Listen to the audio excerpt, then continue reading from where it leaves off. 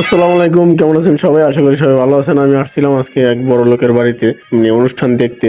তো সেখানে এসে দেখি যে সাপের নাচ দেখাইতেছে অরিজিনাল সাপ দিয়া। তো আমি ওইটা হাতে নিলাম, দেখলাম যে আসলে এটা অরিজিনাল সাপ। এটা ছিল দ্রুস সাপ, অনেকে বলে যে দাঁড়াই সাপ, যে যেটা বলেন। তো সাপুরিয়ার মেয়েরাও নাচতেছিল। তো সেটাও দেখলাম, দেখার পরে গান হইলো, গানটা শুনতেছিলাম।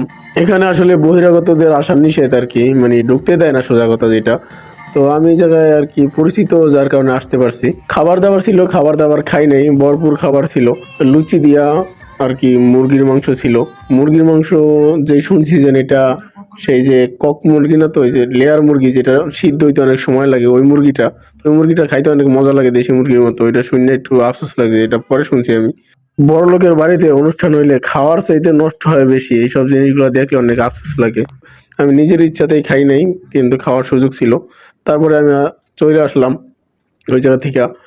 দেখতে দেখতে আসতেছিলাম। এটা আমি প্রায় প্রায় এই জায়গায় ঢুকি, এই বাড়িতে ঢুকি। সবসময় ঢুকা যায় না, অনেকে আসতে চায় কিন্তু এটা এই জায়গার ভিতরে ঢুকতে পারে না।